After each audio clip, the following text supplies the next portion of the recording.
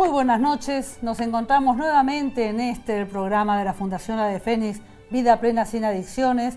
Buenas noches, Camila. Buenas noches, Patri, buenas noches a todos. Como siempre con ustedes quienes habla, la doctora Patricia Caro, bioquímica toxicóloga, y Camila Balcar, licenciada en psicología, tratando de llevarles a ustedes consejos, experiencias de nuestra práctica en el trabajo en el tema de las adicciones. El título de hoy: Hoja de ruta para criar hijos sanos. Vamos a tratar de analizar algunos tips, algunos puntitos que nos ayuden en este mundo tan difícil y tan enfermo para criar hijos sanos sin drogas. Los títulos, por favor, señor director.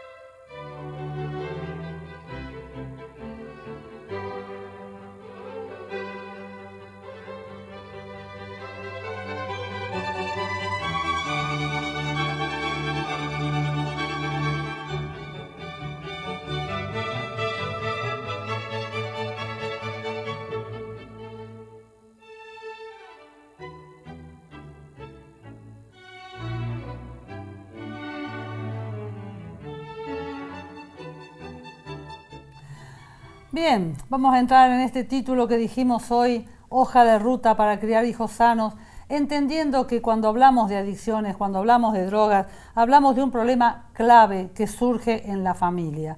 Hoy la familia parece dislocada, fragmentada, ausente, dividida, y una realidad que nos muestran las estadísticas es que el 60% de los consumidores de drogas tiene algún otro familiar también adicto. O sea, la mayor parte del problema de las adicciones se genera, nace, surge en el seno de la familia. Por eso también es tan difícil trabajar con el adicto, recuperar al adicto, porque recuperar al adicto siempre tiene que implicar recuperar la familia, y cuando no se puede, lograr fortalecer ese adicto para que con resiliencia supere la familia que le tocó. Nosotros hoy queremos, es decir, nuestro programa es fundamentalmente preventivo. Lo que queremos es llevarle a ustedes, a los televidentes, fundamentalmente a los padres de familia, algunas pautas, algunos tips que digan: si voy por este camino, puedo crear un hijo sano. Si no sigo expresamente este camino, es altamente probable que mi hijo se enferme, porque hoy la sociedad está muy enferma, la sociedad los busca, los trata de captar. La droga, siempre decíamos, hace muchos años cuando trabajando en prevención decíamos: la droga no camina, no te atrapa. Hoy yo creo que hay que verlo distinto. Hoy siento que la droga sí camina, porque la droga está en todas partes. Nosotros criamos un hijo en el seno de una familia donde no hay droga, y sale y se encuentra, como me dice mi nieto, que en la escuela el 90% de sus compañeros de estudio fuma marihuana. Claro. Esto es que la droga ya caminó, ya se acercó al entorno de nuestros hijos. Entonces nosotros estamos obligados a crear una familia sana en un mundo que está sumamente enfermo, y tenemos que saber cómo. Que me parece importante, Patri, también aclarar que, a ver, siempre decimos que los padres no vienen con un manual de cómo criar hijos, y no es que nosotras lo estemos inventando en este momento. Exacto. Es algunas herramientas que queremos brindar en base al trabajo diario, a lo que se percibe, a la misma reflexión que hacen los jóvenes. Nosotros no somos, digamos, los expertos para dar un curso como de cómo ser padre. Tenemos la experiencia, vos del consultorio psicológico, yo del trabajo con adictos, del trabajo en las escuelas, del trabajo con padres, de 30 años de estar en esta lucha y de ver realmente qué pasa en las familias donde hay adictos. Entonces, y del relato de los propios adictos en recuperación, ¿no? Exacto. De lo que hubiesen necesitado, de lo que hubiesen querido, un poco esto también. O sea que en definitiva nosotros no somos doctoras de la vida, sino que venimos a transmitirle lo que hemos aprendido en función de estar en contacto con esta problemática. Entonces, uno de los primeros puntos, bueno, por supuesto que lo primero que uno debe decirles es que si trae hijos al mundo los ame. Lamentablemente la mayor parte de los problemas de adicciones, incluso hoy en día tantos adictos en la calle, este problema de los adictos que se mueren en la calle, ¿no es cierto?, de frío, y son adictos, es porque no tienen familias que los amen. Entonces, si no partimos de una familia que lo ama, no podemos hacer nada. Estamos en claro de que ustedes que nos están escuchando ahí aman a sus hijos. Entonces, desde el amor, hay varias cosas que no se pueden hacer. Una es insultar a un hijo. Exacto. Insultar a un hijo. O sea, no hay ninguna palabra descalificante que pueda salir de nuestra boca hacia nuestro hijo, no importa la barbaridad que haya hecho. No podemos insultar a un hijo. Y esto lo vemos permanentemente, yo lo veo en hijos de amigos, o sea, uno lo vemos por todos lados, el salir muy fácil el insulto.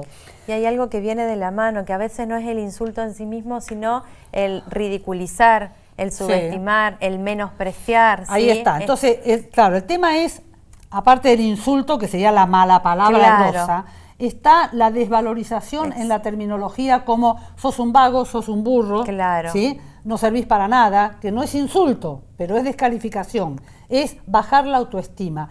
Nosotros necesitamos criar hijos con autoestima alta para que puedan ser distintos frente a lo que la sociedad les propone. Para que nuestros hijos puedan reaccionar diferente a lo que la presión de los pares les lleva a hacer, tienen que sentirse muy bien consigo mismos y tener una autoestima muy alta para poder decir, yo soy diferente y estoy orgulloso de ser diferente. Este es un discurso que lo hemos dado ya en muchísimos programas. Criemos hijos que se sientan orgullosos de ser diferentes. ¿Esto qué significa?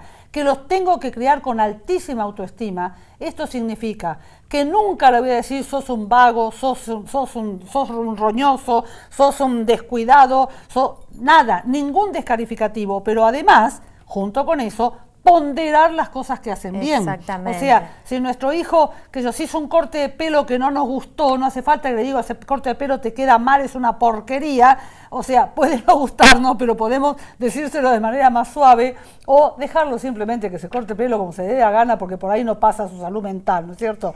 Y esto que decía de ser diferente y que se sienta orgulloso de ser diferente, tiene que ver también con no pedirle la perfección, ¿no? Exacto.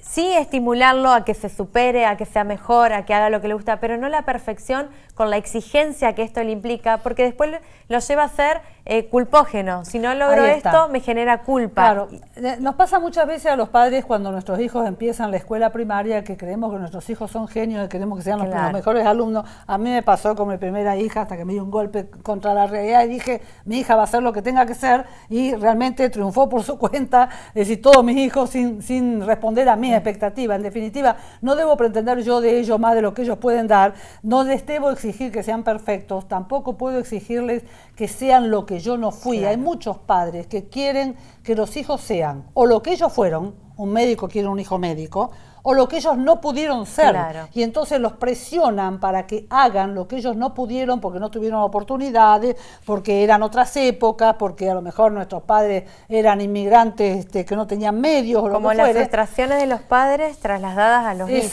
¿no? Exacto. Entonces, lograr que cada hijo sea lo que quiere ser implica que tenga un proyecto que se le permita analizarse a sí mismo, saber qué le gusta, cuáles son sus vocaciones, cuáles son sus habilidades, probar todas las posibilidades. O sea, a los chicos hay que abrirles mucho las puertas para posibilidades de desarrollo, porque pruebe acá, que pruebe allá. A veces, qué sé yo, un padre que es deportista quiere que su hijo haga el mismo deporte y que sea exitoso en ese deporte, y al chico a lo mejor no le gusta ese deporte, o a lo mejor un chico prueba uno, lo abandona y nos sentimos frustrados y le decimos de todo porque es un inútil, porque abandonó el deporte, y prueba otro y tampoco le gustó, y a lo mejor el chico no sirve para deporte. O sea, hay chicos que son netamente intelectuales, que les gusta otro tipo de cosas y no van a ser nunca deportistas. De hecho, vengo de una familia que no hay ningún deportista en mi familia y nadie se frustró por eso, ¿no?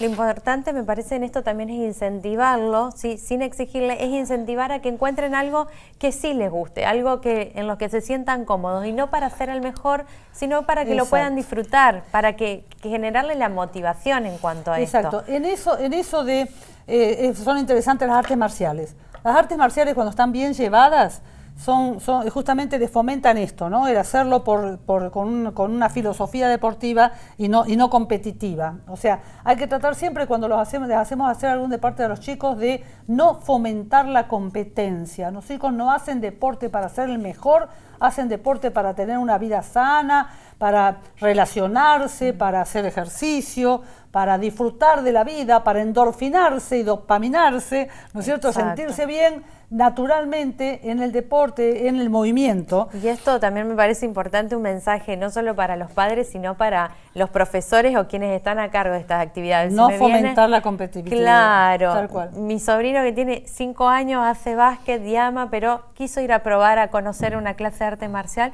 y me dijo, no voy ni loco porque los trata re mal, les dijo tarado, el nene de 5 años. Claro. Así que también va para los docentes, Exacto, ¿no? También los padres deben chequear cuando envían a los chicos a hacer algún tipo de actividad extraescolar, cómo se los trata. Exacto. Porque, por ejemplo, hay nenas que se las lleva a hacer danza clásica, donde el esfuerzo que se le exige físicamente es tan grande que hay nenas que se enferman incluso porque tienen que ser perfectas bailarinas. Y si yo llevo una nena a hacer danza clásica, la llevo para que se divierta, para que se sienta bien. Estamos hablando de papás que se ocupan de hacer diversas actividades con los hijos. Ya desde el vamos estamos diciendo, hay que llevar a los chicos a hacer distintas cosas, a probar qué les gusta, no pretender que sean los mejores en nada. Si no les gusta, que prueben otra cosa, pero hay que darles oportunidades. Pero sobre todo, porque las oportunidades de actividades extraescolares que nosotros les damos a los hijos son oportunidades de relaciones humanas diferentes. De lo contrario, si nosotros tenemos nada más que los amigos del barrio y los compañeros de la escuela, los chicos quedan nucleados en entornos muy chiquitos, donde seguramente va a haber marihuana, hoy en día la hay seguro, va a haber una manera masiva de comportamiento. Todos juntos van al boliche, todos juntos se encuentran en casa de familia a festejar con alcohol, todos juntos hacen las mismas salidas a la plaza a chupar cerveza o lo que sea, y nuestro hijo hace lo que hacen todos.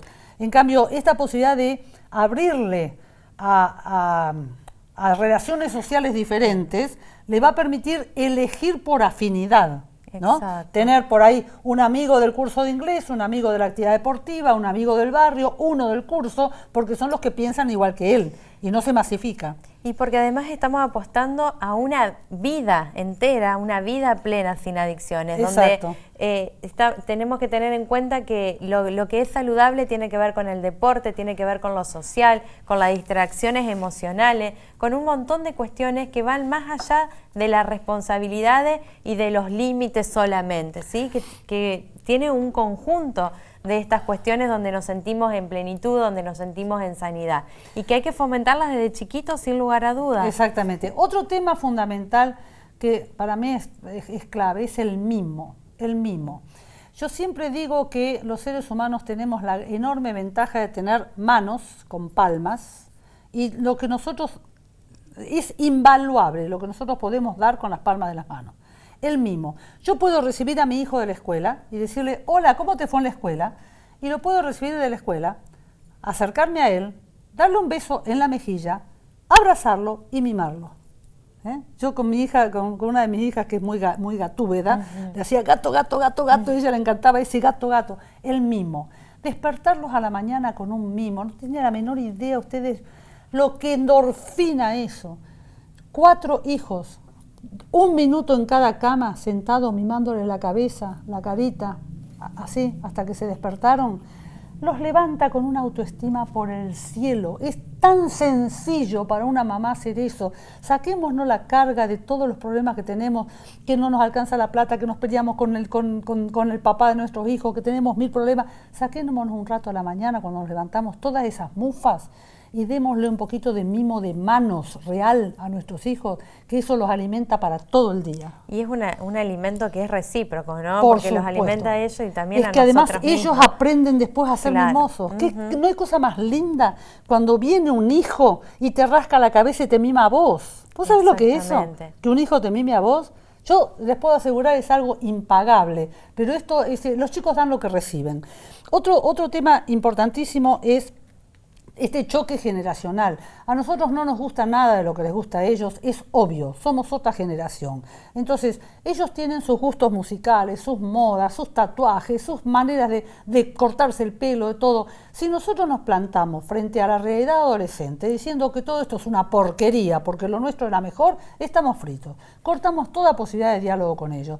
Ellos son adolescentes, van a pasar su adolescencia gustándole lo que les gusta a los adolescentes, luego van a madurar y les van a gustar otras cosas, como nos pasó a nosotros, a los adultos. Entonces, no es grave si les gusta un tipo de música, un corte de pelo o una moda para usar los pantalones, los chupines o estas cosas raras que usan ahora, que yo no los usaría, pero bueno. No critiquemos las cosas que no tiene sentido criticar, son cosas de adolescentes, las tienen que vivir cada uno en su etapa. Ellos no se pueden vestir como nos vestíamos nosotros, no pueden actuar como actuábamos nosotros. Ahora, con la música sí tenemos que tener cuidado, y el cuidado que tenemos que tener es de escuchar, saber qué están escuchando ellos. ¿Por qué?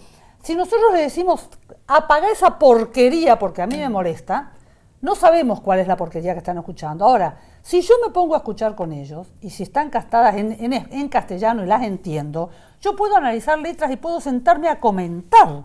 De pronto, mirá lo que dice esto.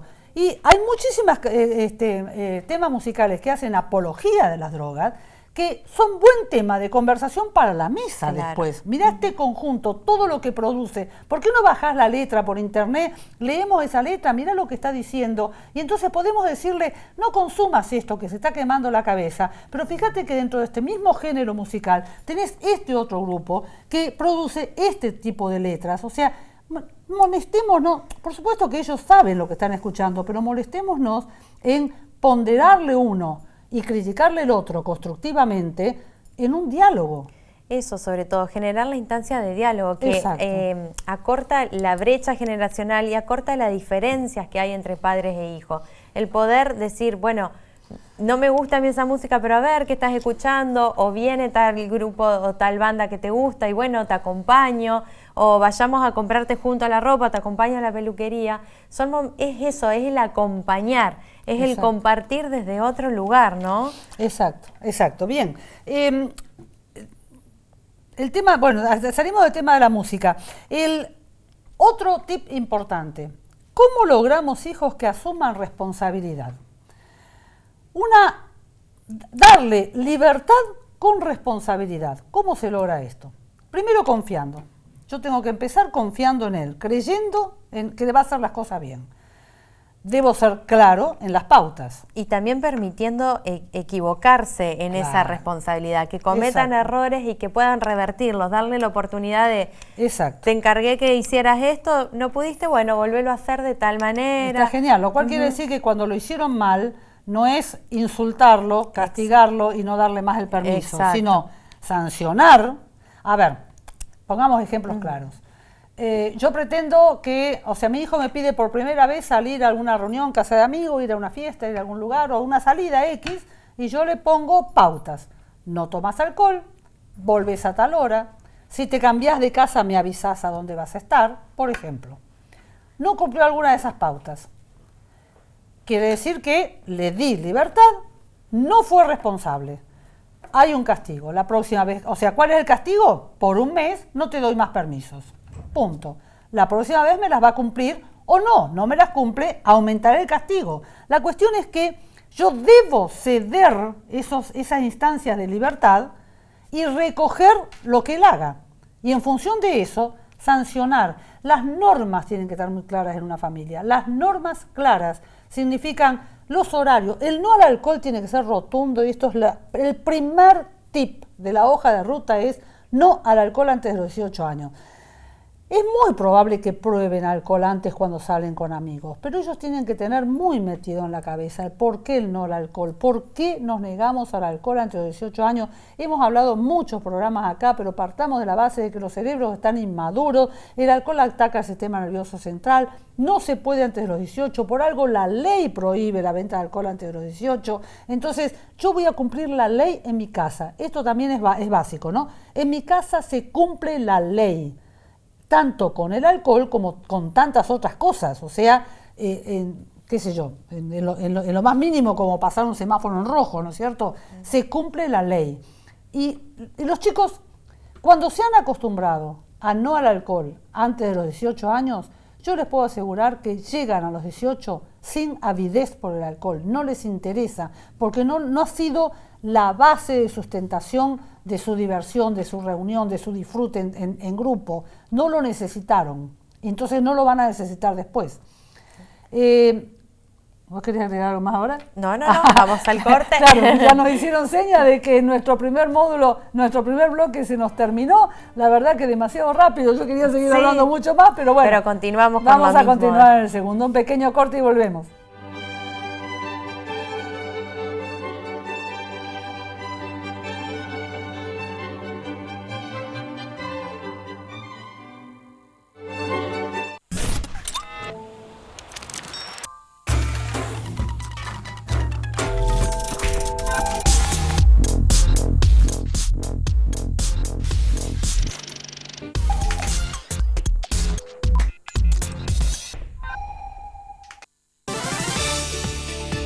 Somos Noticias, para saber lo que pasa cerca de tu casa. En la primera edición a las 13, toda la información en vivo, los temas de los que está hablando la ciudad, las historias que te conmueven. Somos Noticias, segunda edición a las 20. Un resumen completo en el regreso a casa, las mejores imágenes, los testimonios del momento y también a la medianoche para terminar el día bien informado. Somos Noticias a las 13, a las 20 y a la medianoche por Somos Paraná.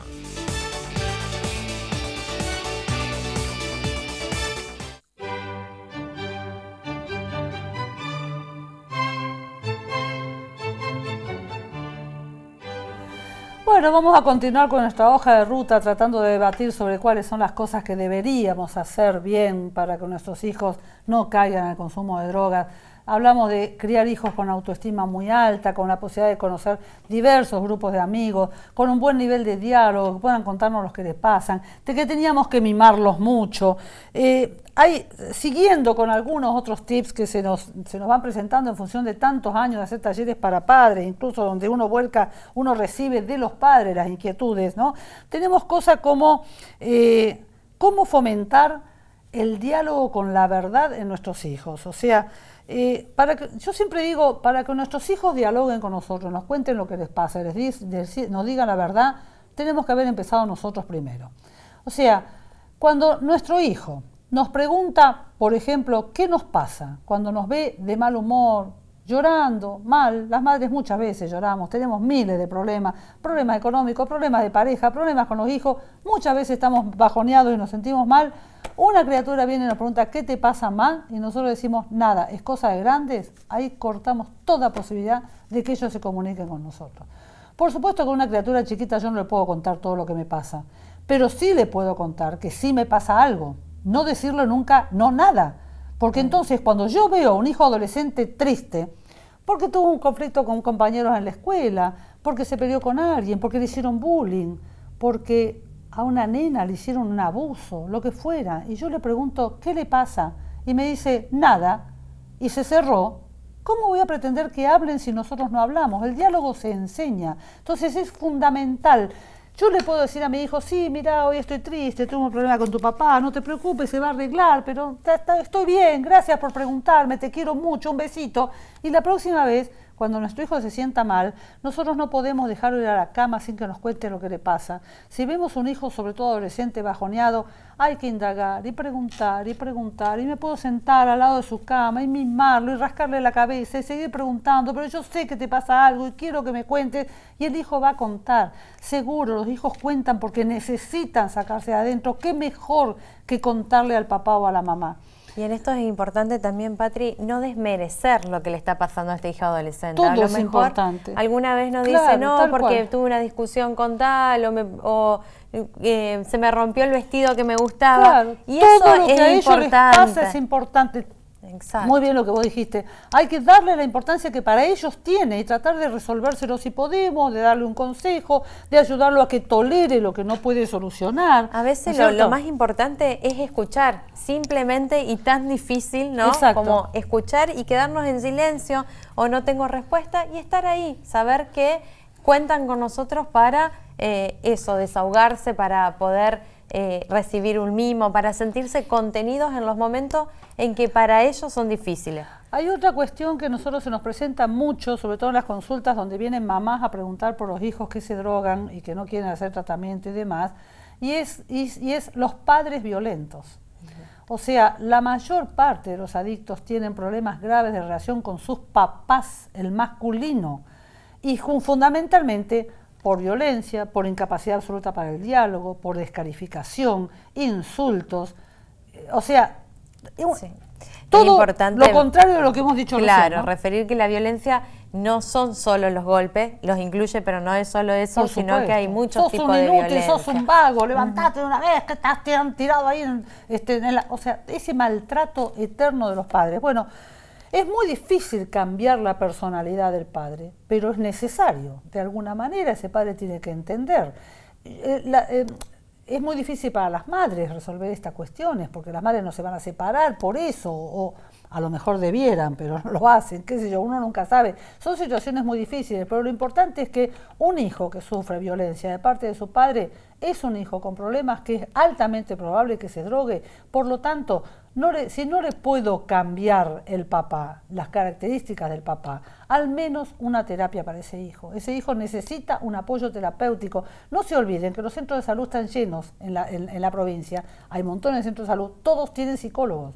Los centros de salud tienen psicólogos, quiere decir que no hace falta tener plata, ser rico para enviar un hijo a un psicólogo, pero recurramos a psicólogos cuando tenemos un hijo que se siente maltratado en la casa, donde muchas veces las mamás dicen, pero yo no sé qué hacer porque yo hago esto y el padre contradice todo. Bueno, esas situaciones extremas donde las mamás realmente no saben qué hacer, deben apoyarse en terapeutas y a veces incluso la mamá ir a un terapeuta para saber qué hacer respecto de lo que ese papá está haciendo con su hijo, ¿no? Acá te dejo a vos, que sos la terapeuta. Este mensaje, por un lado, lo cual es fundamental, el pedir ayuda en el momento oportuno, ¿no? Evita un montón de situaciones y no nos hace incapaces, no nos hace menos personas. El pedir ayuda es de valientes, digo yo siempre, cuando lo pedimos a tiempo. Claro. Pero también tener en cuenta que no todo lo que le pasa a un adolescente es para psicólogo. A veces solamente necesita lo que decíamos anteriormente, ser escuchado o poder descargarse en ese momento. Y lo que necesita es una mamá, un papá, alguien que esté presente y que no lo desautorice, no lo desestime, digamos, no le baje esta autoestima. No, porque a veces en vez de ir al psicólogo el adolescente, puede ir la mamá para saber cómo manejar a ese papá. O sea, cómo lograr que ese papá escuche el mensaje de la mamá respecto de ser menos agresivo, de dialogar más con su hijo. O sea, a veces la mamá es la que necesita auxilio. Yo lo veo permanentemente porque a raíz del programa y además de los años que le llevo dando talleres y charlas por todos lados, habitualmente yo soy hago el paso de consulta previa para las personas que buscan tratamiento, para saber si pueden ser derivados a la Fundación para el Tratamiento o si directamente hay que recomendarles un tratamiento por internación. Entonces recibo muchas familias consultando y el 90% de las consultas vienen dadas por la mamá y el 90% de las mamás vienen quejándose de la figura del papá, aun cuando está presente, cuando son parejas armadas que viven juntas, siempre hay quejas respecto del papá, es una constante. Algunos casos extraordinarios viene el papá separado de la mamá y que está a cargo del hijo, son los menos, ¿no? Pero generalmente, bueno, son esas mamás las que tienen que buscar ayuda, a lo mejor una consulta terapéutica para saber qué hacer en esa relación del papá con el hijo. Y otra manera también para las mamás o papás de buscar ayuda es consultarlo con con un par, con otro papá, con otro compañero, porque también han pasado por estas situaciones. A veces nos da vergüenza poder ponerlo en palabras, pero es una manera de saber que no solo son cosas que nos pasan a nosotros, sino que hay otros que están atravesando o que han atravesado las mismas situaciones. Un puntito que me acordé ahora mirando mis apuntes de tantas charlas para padres es el tema de criar hijos con culpa. Yo pongo ejemplos muy sonsos, ¿no? Pero hay padres, madres que tienen siempre la crítica y la culpa a flor de labios respecto a lo que pasa a los chicos. Por ejemplo, te resfriaste. Yo te dije que hacía frío, que te tenías que abrigar. anduviste con el triciclo dentro de la casa, había una escalerita, 2 escalones y te caíste. Yo te dije que te quedes quieto. Todo lo que te pasa es tu culpa. El chico viene con las rodillas rotas porque se cayó, te dije que te quedes quieto. En vez de decir, corre, jugá, sé feliz, cuando te rompiste la rodilla, sana, sana, colita de rana, un poquito de endorfina y todo pasó. Bueno, la culpa, todo lo que le pasa es culpa de ellas. Esos hijos culpógenos son hijos sumamente desvalorizados, sumamente débiles, que son pasibles de caer en adicciones. Son pasibles porque tienen un agujero. La culpa es una debilidad tremenda. El otro tip importante respecto de los amigos y los noviazgos. Por más que no nos gusten los novios que eligen nuestros hijos, que no nos gusten sus amigos, no podemos hacer nada para cortar de prepo esas relaciones. Porque cuanto más tratemos de impedir sus relaciones, más se aferran ellos por fuera. Lo que tenemos que hacer es política de puertas abiertas. Los amigos de mis hijos vienen a casa, que vengan, que se reúnan cuando quieran, si tengo un quincho, si no en el comedor, en el dormitorio, a puertas abiertas obviamente, donde sea, que se reúnan. Yo puedo escucharlos. Después que los escuché, puedo escucharlos participando, porque por ahí están tomando mate, tomando una gaseosa, y yo les acerco, qué sé yo, una torta frita, y mientras tanto, mientras entro y salgo, voy escuchando lo que hablan, y después puedo hacer comentarios con mis hijos respecto de, mirá, escuché lo que dijo fulano, ¿a vos te parece? O sea, ir juzgando, conversando con mis hijos respecto de lo que piensan los amigos, de escuché que les decían tal cosa, o sea, que los chicos tampoco tienen por qué sentir que me estoy metiendo en su vida, si están acostumbrados a que se vive en familia todo lo que les pasa, o sea, están reunidos en casa, yo los veo cómo actúan, puedo hablar. ¿Y cuándo voy a hablar? En la reunión en la mesa. El momento ideal para la convivencia familiar y para el diálogo familiar es que por lo menos una comida al día se haga en familia, todos juntos en la mesa y todos juntos dialogando. En la mesa se apagan los celulares, se apaga el televisor. La mesa familiar, cuando todavía hay hijos en casa, es sin televisor, sin celulares, con diálogo. Esto es tan difícil hoy en día, no existe, se ha perdido por completo. El televisor nos gana la mesa.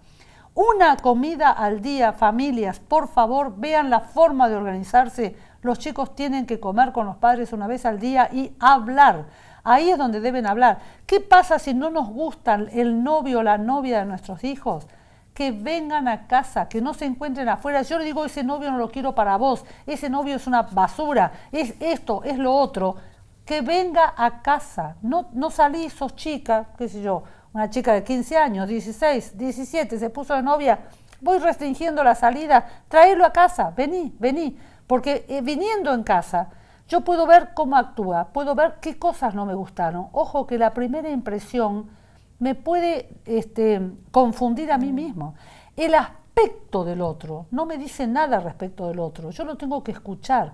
¿Cuántas veces metemos la pata a los padres prejuzgando a un adolescente por su aspecto y no tenemos idea de la cantidad de cosas valiosas que tienen adentro? Entonces, recibamos en casa. Entonces yo sabré si no me gustó por la pinta o si tenía razón, porque no me gustó por lo que tiene dentro de su cabeza. Cuando sepa lo que tiene dentro de su cabeza, lo puedo dialogar con mi hija, si es el caso, y esperar a que ella sola se dé cuenta que esa no es la persona que quiere para ella. Si es el noviazgo no lo corta ella sola, no se lo puedo cortar yo. Y esto es interesante, a mí me pasó con una de mis hijas que trajo un noviecito a casa, que todos los hermanos pusieron los pelos de punta, esa cosa trajiste a casa. Yo dije, tranquilo, no se lo combatan, que entre. 6 meses duró el noviazgo. 6 meses, a los 6 meses ella sola se dio cuenta que ese chico no era para ella. Y listo, y se terminó la relación. Si uno se opone, se ven afuera y se fortalecen más porque están luchando en contra de uno. Yo creo que esto también va de la mano de lo que mencionábamos en el bloque anterior, de la responsabilidad y de la libertad, ¿no? Donde ellos también tienen que poder vivir sus propias experiencias y los padres acompañar estas experiencias sin coartársela. Porque no hay manera de aprender si no cometemos errores, si no probamos, si no curioseamos con diferentes cosas. Lo que sí es importante es que no estén solos, que tengan donde pedir un consejo, que tengan donde apoyarse. Que también tengan... también es importante que no le resolvamos todos los problemas. Exactamente. O sea, si se metieron en un problema, lo tienen que resolver ellos. Nos tendrán a nosotros al lado, pero lo tienen que resolver ellos. Meterse en un problema significa hasta, qué sé yo, cometer alguna tropelía en la calle, ¿no? O sea, que sí. Ejemplo, lo levantó la policía porque rompieron un cartel del nomenclador urbano de la calle. ¿Cuántas veces los chicos salen del boliche como locos y entran a pedradas, a romper faros o a romper los carteles? Los agarró la policía. Listo, hacete responsable, no le resolvamos el problema y no volvamos a casa contentos porque pudimos sacarlo en libertad sin problema. No, si se tiene que quedar una noche en la comisaría, que se quede, que pague por lo que hace, que se haga responsable por lo que hizo. Cuando vuelva tendrá nuestro castigo también. No, qué suerte que te pudimos sacar fácil del problema. No, te zafaste en esta, la próxima no. Y el castigo en casa. O sea, uno tiene que ser muy coherente con el cumplimiento de las normas. Nos llaman los docentes en la escuela porque cometió una falta.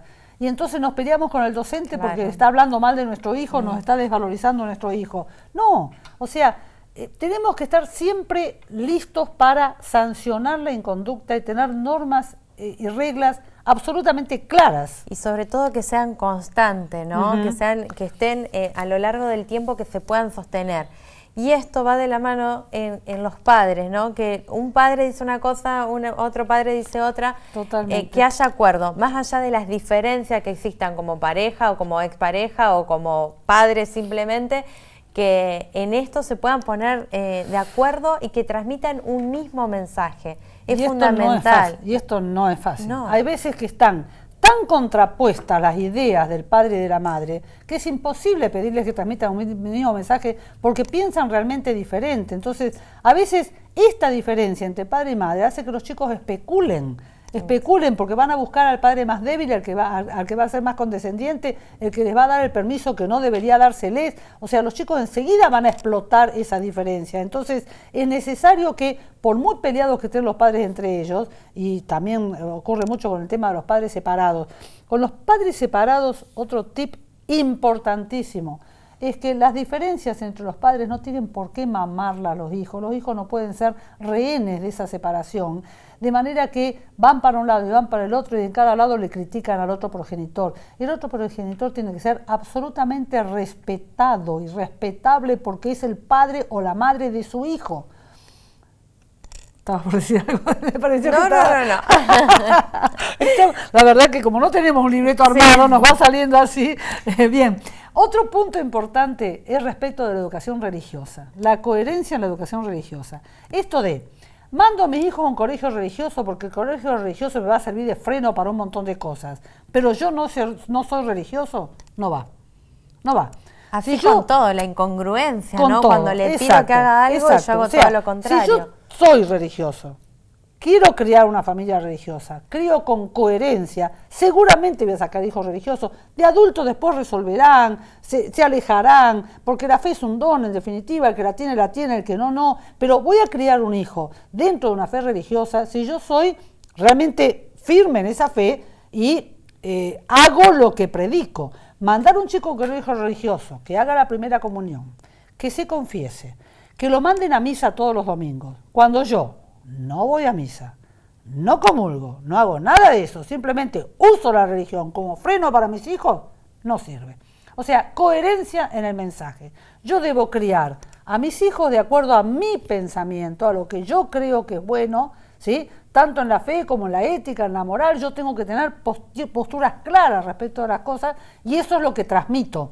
Y los hijos realmente maman lo que ven en la casa. Yo pongo ejemplos sencillos como familias, por ejemplo, de folcloristas, ¿no? Nosotros estamos vinculados con el folclore, yo particularmente porque bailo folclore en un grupo y me encanta, y hemos ido cuando estaba un poco más joven y mejor de salud, era muy peñera, muy de salir a peñas, donde uno ve en las peñas familias enteras, 3 y 4 generaciones de folcloristas, y uno ve las criaturas de 2 o 3 años zapateando con los padres. Esos chicos copian lo que ven de los padres. Realmente es el mejor ejemplo de que los hijos los fabricamos nosotros, los armamos nosotros, los construimos, es ver esto.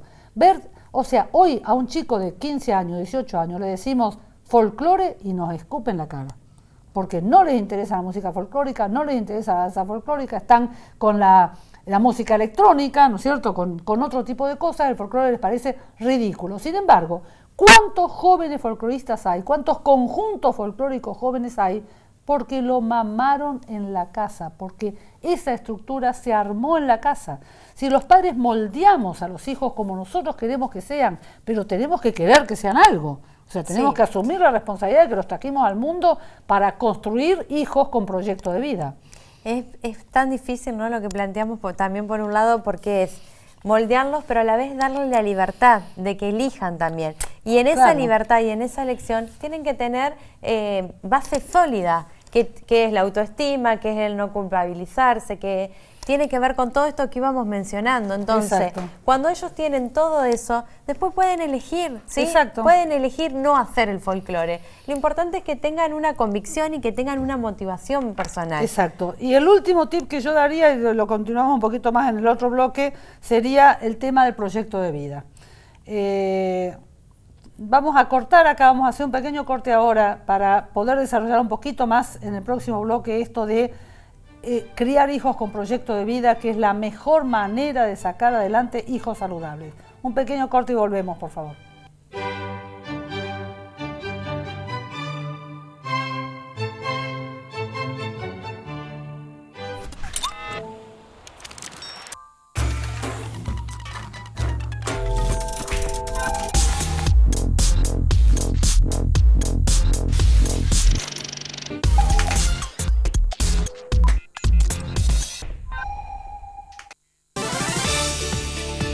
Somos Noticias, para saber lo que pasa cerca de tu casa. En la primera edición a las 13, toda la información en vivo, los temas de los que está hablando la ciudad, las historias que te conmueven. Somos Noticias, segunda edición a las 20. Un resumen completo en el regreso a casa, las mejores imágenes, los testimonios del momento y también a la medianoche para terminar el día bien informado. Somos Noticias a las 13, a las 20 y a la medianoche por Somos Paraná.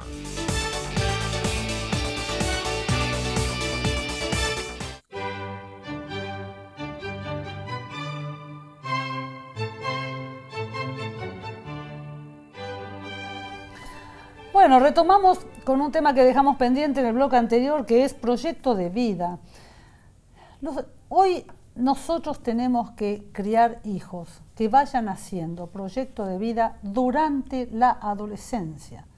Mientras el chico está en la escuela secundaria, se está formando y capacitando para, después de los 18 años, hacer algo. Muchas veces yo voy a hacer talleres en las escuelas sobre proyectos de vida y empiezo preguntando en un último año de secundaria qué van a hacer el año que viene. Y los chicos se me quedan mirando y la mayor parte no sabe. Levantan los hombros así diciendo, no sé, quién sabe si voy a estar vivo, me dicen algunos.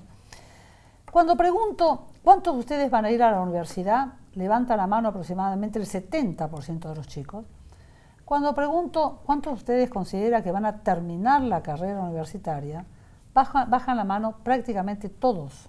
Entonces yo les pregunto, ¿por qué se proyectan a la universidad y no a terminar la universidad? Y la respuesta es, no sé si voy a poder, no sé cómo me va a ir. Y esto no se concibe. Si un chico quiere ir a la universidad, tiene que saber que tiene todos los condicionamientos necesarios para iniciar y terminar una carrera. Porque entrar a la universidad, nada más que para adquirir identidad de estudiante, y ser un estudiante crónico, llegar a los 30 años sin recibirse, es un fracaso absoluto para ese proyecto de vida.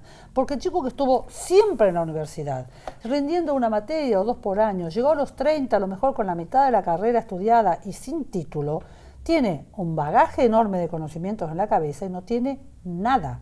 Con esos conocimientos no puede trabajar, porque no se capacitó en nada en particular que le dé una salida laboral. Imaginémonos que estudió medicina y no se recibió. ¿Qué hace con eso? Con eso que estudió. No le sirvió para nada. Si a lo mejor alguno estudió ingeniería electrónica, no terminó, adquirió algunos conocimientos electrónicos como para trabajar en algo. Depende del caso. Pero en definitiva, Los chicos no se pueden proyectar a la universidad nada más que para adquirir identidad de estudiantes. Si se proyectan a la universidad tienen que saber que van a terminar. Y saber que van a terminar significa que están dispuestos a calentar la silla 12 o 18 horas por día, lo que haga falta para estudiar, que tienen capacidad de atención, comprensión lectora, memoria, las condiciones necesarias para decir, me siento 12 horas por día, con paciencia, estudio, retengo lo que estudio, rindo y me va bien. Si no tengo esas condiciones, no se tienen que proyectar para la universidad. No todos tienen que ir a la universidad. Ahora bien, hoy, con el título secundario solo, nadie consigue trabajo. Los chicos que terminan la escuela secundaria y llegan a los 25 años o más en la casa, esperando que les llegue un trabajo de arriba, porque desparraman currículum por todos lados y no consiguen trabajo, obviamente no van a conseguir trabajo. Hoy no hay trabajo para el que hizo solamente escuela secundaria. Hoy la escuela secundaria es lo que era antes la primaria. Hoy, si no hay alguna capacitación especial para decir, yo sé hacer esto, no hay forma de conseguir trabajo. El sé hacer esto no significa ningún estudio superior. Por ejemplo, una persona puede trabajar en la construcción y decir, yo soy un peón de albañil y trabajo cuando me contratan, o aprendí a colocar Durlock, o aprendí a hacer la parte eléctrica de la casa, o aprendí a hacer instalación sanitaria, o me especialicé en algo dentro de la construcción y sé que voy a tener trabajo, o soy lo suficientemente buen constructor porque me capacité para eso, como para decir, tomo obras a mi cargo y construyo una casa. O sea, no hace falta, no estoy hablando de necesariamente estudios y cosas altamente calificadas, sino que cada uno, de acuerdo a sus posibilidades, tiene que hacer un proyecto de vida donde cuando el chico distribuye currículum, se presente con una capacitación expresa. Yo creo también, Patri, que para el proyecto de vida es fundamental tener metas claras, y que es algo que hoy los jóvenes no tienen, ¿no? Pero, ¿por qué? Porque para llegar a las metas tiene que haber una motivación, tiene que haber una seguridad en sí mismo, tiene que haber una familia que apoye y que diga, sí, sos capaz de lograrlo. Entonces, hoy justamente lo hablaba antes de venir para acá con una paciente de 17 años. Me gustaría, pero como algo que lo ve muy lejano, como un imposible, y en realidad no hay imposible. Sí estamos hablando de cuestiones económicas que pueden retrasar o demás, pero que con esfuerzo y con uno abriéndose camino se pueden lograr. Lo importante es proponerse algo y dar los pasos para lograr eso, para llegar a cumplirlo. Y después ponerse otra meta y así ir armándose pero también un proyecto. Pero vos dijiste la palabra clave para todo esto, que es esfuerzo. Sin lugar a dudas. O sea, hoy los chicos creen que todo les viene de arriba, que todo es desear y tener, porque vivimos en un mundo donde todo lo que se desea se tiene, porque todo se compra, y donde los padres se rompen el alma para darle a los chicos todo lo que desean. Entonces, acostumbrados a tener todo lo que desean, ellos creen que pueden desear un buen trabajo y tenerlo, y todo viene de arriba, y no tienen la noción del esfuerzo. Debemos criar hijos con concepto claro de esfuerzo, sacrificio para alcanzar una meta.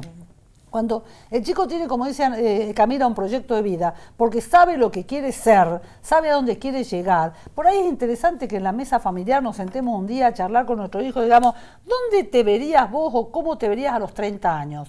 ¿Cómo te ves? ¿Te ves con una familia? ¿Te ves con hijos? ¿Te ves trabajando? ¿Te ves haciendo otra cosa? Bien, hoy tenés 16, 17. ¿Cómo llegás a los 30 habiendo logrado todo eso? Entonces, empezar a charlar todo el esfuerzo que hay que poner para eso. A veces no tienen definida una vocación específica para estudiar algo, pero no necesariamente, repito, no tenemos que pensar que todos tienen que ir a la universidad para realizarse. Hay montones de capacitaciones intermedias en este momento para esos chicos que no pueden, no tienen disposición de ánimo para hacer el esfuerzo, porque ojo, la universidad está para todo el mundo y la capacidad la puede tener todo el mundo. Pero hay gente que no quiere, que no va a andar bien en la universidad, que no debe eternizarse como con esa identidad de estudiante hasta los 30 años, debe desarrollar un proyecto de vida. Hay montones de capacitaciones, los padres pueden orientar por ese lado, empezar a bajar información, donde hay cursos. Fíjate, hasta lo que hay en este momento, mi empleada doméstica se acaba de anotar en la obra social del servicio doméstico, le dan una capacitación a distancia para terminar la escuela secundaria. Sí. Es decir, hay montones de posibilidades de desarrollarse, de crecer, de manera que lo que hay que inculcar durante la secundaria, durante la adolescencia, en los chicos hay que inculcar que hay que pensar de acá a cuando tengan 30 años y eso hay que construirlo. O sea, el futuro, lo que ellos son a los 30 años, es una construcción que se logra con mucho esfuerzo y eso surge de la casa, esa fortaleza para hacer ese esfuerzo surge de la casa. Sin lugar a dudas, y no es que cuando llegan a adolescentes recién ahí tenemos que empezar, es algo que se hace desde siempre, claro, ¿no? Que cuando más herramientas se les dan, cuando son chiquitos, más facilidad van a tener cuando lleguen adolescentes y sobre todo cuando sean jóvenes que están definiendo y decidiendo sobre su futuro. ¿Y cuántos padres nos estarán escuchando hoy que tienen hijos de 25 años en su casa que no trabajan ni estudian, los ni, y justifican porque la situación está difícil, porque no hay trabajo, porque presentan currículum por todos lados y no hay trabajo? Sepan, les anuncio, que no van a encontrar trabajo. Con un currículum vacío no se encuentra trabajo. Si no, pinchan esos hijos para que busquen una capacitación y busquen incluso no buscar un trabajo, a lo mejor el trabajo lo pueden generar ellos mismos.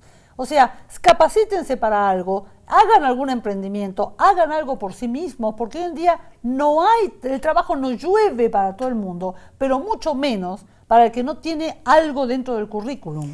Y más allá de lo económico, insistimos en el trabajo porque es real que el trabajo dignifica, que el trabajo nos da un motivo, que nos hace sentir útiles a lo largo del tiempo. Por eso es tan importante encontrar algo en lo que los jóvenes y más adultos se puedan sentir cómodos, a gusto y donde vean el fruto, porque la parte económica también es esa retribución que esperan por algo que están haciendo de buena manera, ¿no?